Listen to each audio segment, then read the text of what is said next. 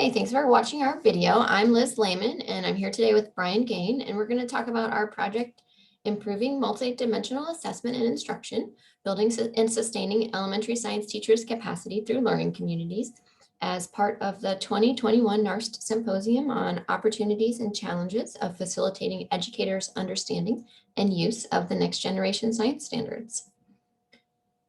And just a quick overview of this presentation. We're going to give you a quick introduction to our project, talk about starting a professional learning community around assessment, talk about the successes and challenges that we've experienced and how we've responded, and give a quick preview of what's coming in the next few days. So our project is improving, that we're talking about today is funded by the National Science Foundation. It started in about 2018. And it's a collaborative project between several institutions. So could you do the next slide, Brian? Yeah. My team at the University of Chicago STEM Education, Brian's team at the University of Illinois at Chicago Learning Sciences Research Institute, and then the Concourse Consortium is helping us with the technical aspects of some things. And overall, our project goals are to better understand how to build and sustain the capacity of science teachers in grades 3 to 5 to instruct and formatively assess students in ways that are aligned with the NGSS. And what we're going to talk about today is helping teachers learn about three-dimensional assessment and instruction, working closely with them to co-develop usable assessments and rubrics, creating an active, currently more face-to-face, but in the future online community of practice around formative assessment in the elementary grades.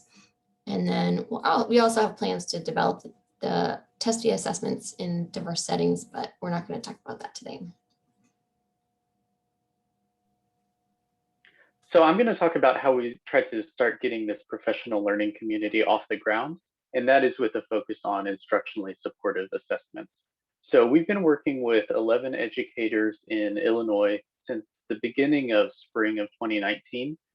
They're all within either Chicago Public Schools or Indian Prairie School District.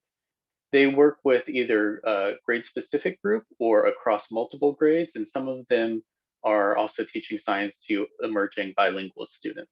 All had previously focused on, participated in NGSS-focused professional development, but very few had focused on assessment in those professional development projects. And so we have had to deal with some teachers that have not been able to continue with the project. So we'll talk a little bit about that too.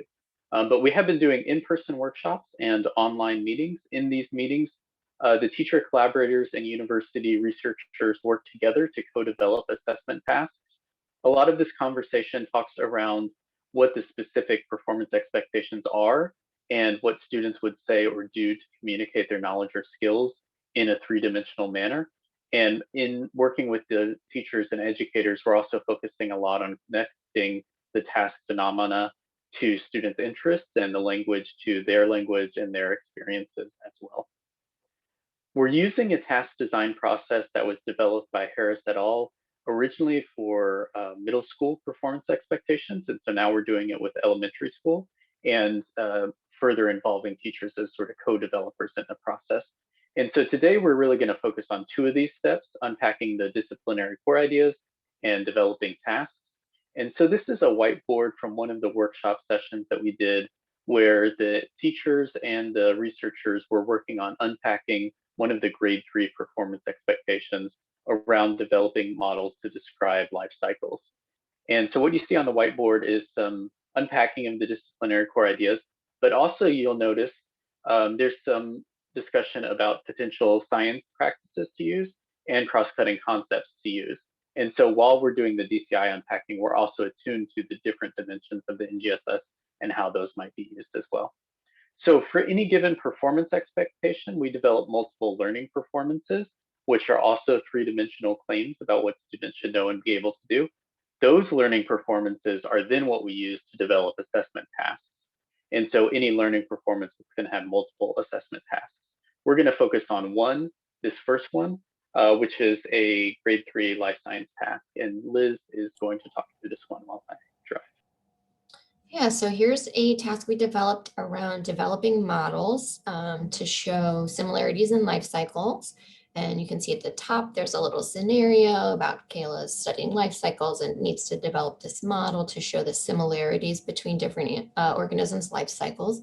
And then you can see down here that we have this interactive element that we developed with the Concord Consortium, where students can grab those pictures of the different organisms and sort them into the boxes to show what they know about life cycles. And then there's also labels to drag and drop to the different arrows. And it's not a perfect model. It's not quite what we were imagining when we started this out, but it turned out that this was a really hard thing to do, is to find a way for third graders to develop a model that shows what they know and understand about modeling and patterns and life cycles all in one.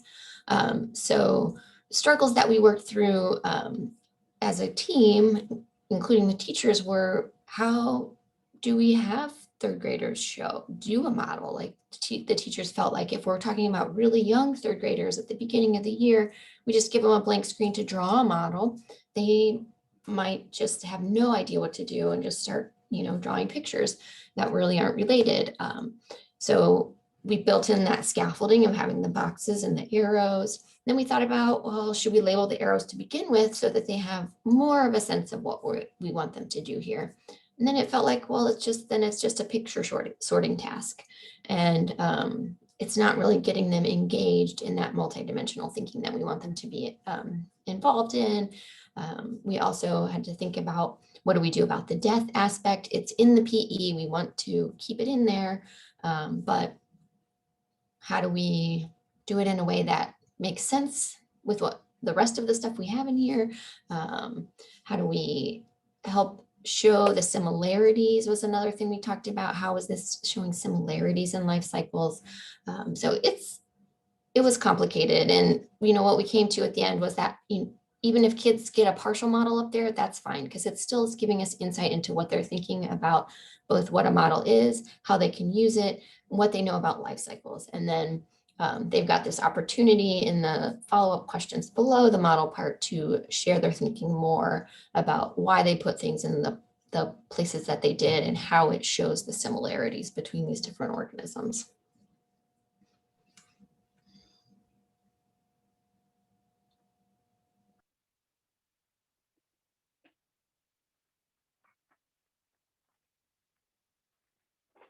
Okay, so we have been working with these educators since the beginning of spring of 2019, and we've had multiple places of contact, including in-person and remote meetings that we've had.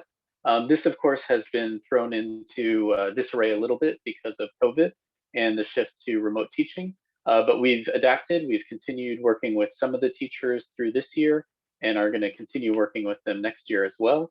And so those are sort of in the planning phases right now. So we're going to talk a little bit about some of the successes we've found with our teachers. And these are from an anonymous survey that we conducted in June 2020. That is the responses from 7 of the 8 teachers that we were working with at the time. And we'll summarize those findings for you, but just for your information, our observations as we were working with the teachers support these findings. So we didn't see anything really that surprised us in these findings. So first of all, teachers reported that they enjoy teaching science more, and this was related to changes in their idea of what science is and where it can be found. And you can see from this quote here, they're seeing science more in the world and connecting that to the things they're teaching. They also reported that their science content knowledge increased, and that was specifically in terms of the DCIs we unpacked and the phenomena related to them. And these are teachers who had prior learning about the NGSS, but as you can see from this quote here, teachers in the elementary grades often don't feel like they have enough content knowledge.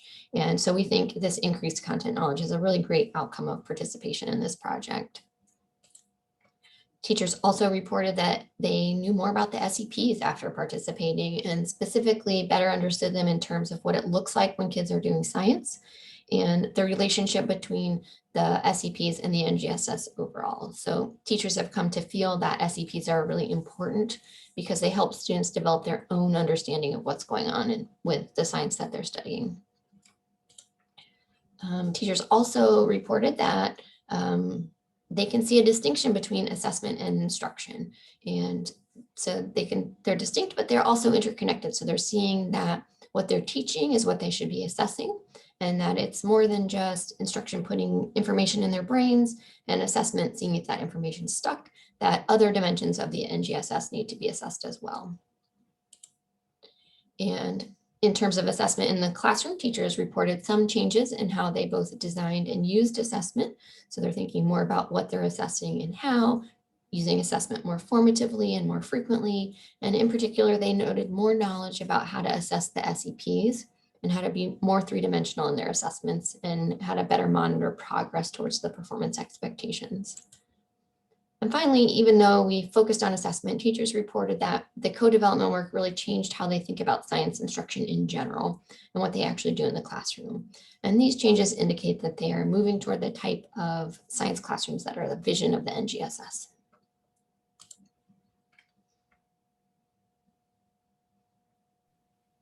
Sorry about that. We got the slides out of sync a little bit. This is the next section on challenges and responses. So we, of course, have had lots of challenges and responded to all of those challenges, some more successfully than others. So one of the challenges we've had is working with active educators as co-developers. A big part of this is just the amount of time required because our development process is so labor intensive and requires so much documentation. It does require a lot of sort of meeting times, work outside of meetings, and also some flexibility considerations that we have to have. Another sort of challenges has been focusing on developing assessments and the unique challenges for that development, as opposed to developing curriculum materials or instructional plans. So thinking a lot about the assessment boundaries, avoiding unintentionally assessing extraneous information. And there's certain science practices that are just hard to write assessments for, such as the practice of asking questions. So we've been dealing with those and responding to those, but we also have some pandemic related challenges. So certainly with the shift to remote learning that occurred in spring of 2020 and that continued through the fall, that's affected not only our teachers' capacity to engage in the design work and implementation, but also just their ability to continue being a part of the professional learning community. We also had plans in the spring of 2020 and fall of 2020 to do a lot of asking the teachers to use the assessments in their classes with their students, and we've had to rethink a lot of those plans now. So we're still working with these teachers and going to continue working with the new group. But I think we've been pretty successful in responding to some of these, and we just continue to respond to others. One of the big shifts is we've been rethinking about which phases require teacher collaborators to be involved with and at what level they need to be involved at those phases. So looking ahead, what's coming up for us? Well, the tasks that we've developed so far will become freely available on the assessment portal in about mid-May. So you can visit this URL here to see those and use them with students or whoever you want. And as rubrics and other resources become available, they'll be added and more tasks. And the next phase of the project is really going to be focused on developing educator communities around classroom assessment and instruction using these tasks as critical tools. So we're planning to recruit a cohort of teacher implementers from our 2 Illinois districts who will use the tasks in their classroom and help inform what do teachers really need to feel like they're part of a community of practice around this idea of classroom assessment and instruction in science. And we'll see how it goes with COVID, but we're hoping that we'll have at least some in-person components, but we're also have the virtual learning community under development, and that will provide additional resources and an online community of practice that is open to any teachers worldwide. So thanks for watching our video. If you have any questions, we hope you come to our Q&A session or send us an email. Thanks for watching.